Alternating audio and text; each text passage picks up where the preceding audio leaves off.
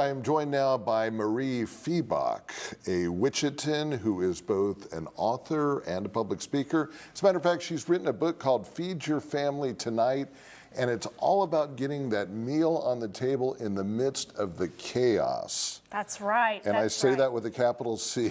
Amen. that so many families have. Tell us about this idea, because it's a great one. It seems simple on the surface, but so many families are running into this problem. They can't figure out how to get food on the table at home because there's so much going on.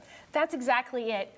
When you're running your kids to soccer practice and play practice, dance and piano, you're trying to figure out when you're going to eat. So I help busy families figure out when that time is they can actually get dinner on the table, and then help them with tools and techniques to make that possible even when you're busy. How did you come up with this idea? Or have you always loved to cook? Did you think you were an efficient meal preparer? How did the idea come about? I have always been a really good cook. When I was little, I would enter stuff in the state fair. It's something that's always been a part of me.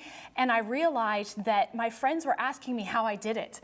And it was something that came naturally to me, but didn't come naturally to them. So I started teaching families how to prepare a little bit ahead, or to think about what they're going to have on what night. You don't want to fix something last minute when you're going to be running in the door. That's the night for something in the oven or the crock pot. Because the tendency is, and we can all see this when we drive around Wichita, drive-throughs with a line wrapped around the building, because that is the easier thing to do. Oh, forget it. Let's not eat at home. Let's not cook. Let's just go to a drive-through. So true. But the key to getting out of the drive-through is to always have a backup at your home. You need to have 2 or 3 things that you can get on the table in 20 minutes or less. One of my favorite things is to have taco meat in the freezer, so that I can pull out some lettuce, and in 20 minutes I've got dinner on the table, which is almost faster than the drive-through some days. Good segue, because you are going to prepare some taco seasoning for us right here. I can. Is that right? Yes. Show us how you would do this in a quick and efficient manner. Well, this taco mix is something that you can keep on hand, make it ahead of time, and then just take it out as you need it. It starts with 1.5 cups of chili powder.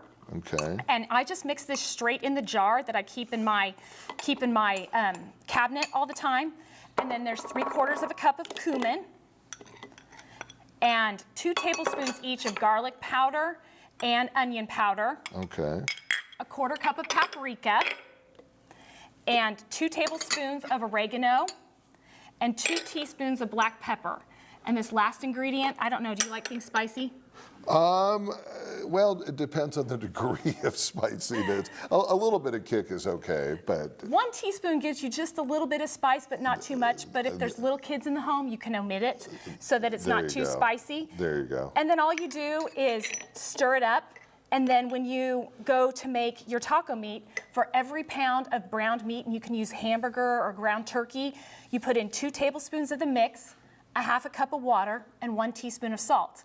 And when I talk to busy families and tell them what I do, I actually tell them I make 12 pounds at a time, because I have 4 kids at home, including a teenage boy. And so that gets us 6 or 7 meals. He could probably eat the 12 pounds by himself, right? On a good day, he sure can. You may not need 12 pounds, but 3 or 4 might. So you have something in the freezer all the time, and you can help avoid that drive-through. Okay, correct me if I'm wrong. It seems like you want to identify meals like tacos that you can prepare quickly. Maybe spaghetti might be another one that you can cook a lot of and do quickly. Is that, am I in the right ballpark? You're definitely in the right direction, but sometimes you want to do something that takes a little more time, but you think ahead. If you're going to have something where you're running in the door and you're going to have to eat dinner right then, do you know what my favorite thing for that is? What's that? It's roast chicken. Because I prep it the night before when I'm cleaning up the dinner dishes, have it in the refrigerator. I throw it in the oven between running my kids to all their activities, and then when we come home, I take it out of the oven and dinner's ready.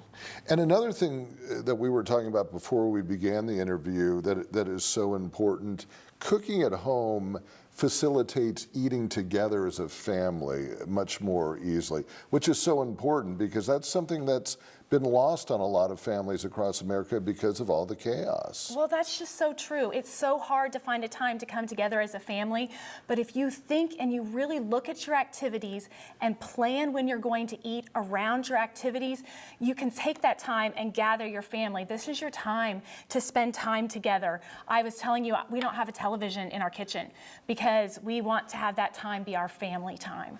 Back to the cooking, what do you say to the people, oh, I could never do what you do, I'm not a good cook? What's your response to those people? It doesn't take much to be a good cook. And I'm telling you, I actually wrote my cookbook with that type of person in mind. When I did my research, I found out there were two kinds of cooks. One is the cook that uses recipes only for suggestions, and one is the cook who follows the details. And I wrote both types of directions in my book. And I actually had a gal who was one of my recipe testers. She had never roasted a chicken before, and she was so afraid to do it. And she said, why have I not done this before? Your directions are so clear. No excuses. No excuses. Feed Your Family Tonight by Mariefiebach. Marie, thank you so much for your time. Oh, thank you. It's a joy. Well, that's the show for this week. It was great to have you with us. If you have a story idea, send it off to positivelykansas@kpts.org. We love hearing from you. I'm Anthony Powell in for Sierra Scott. We hope to see you back here for the next Positively Kansas. Thanks so much for watching.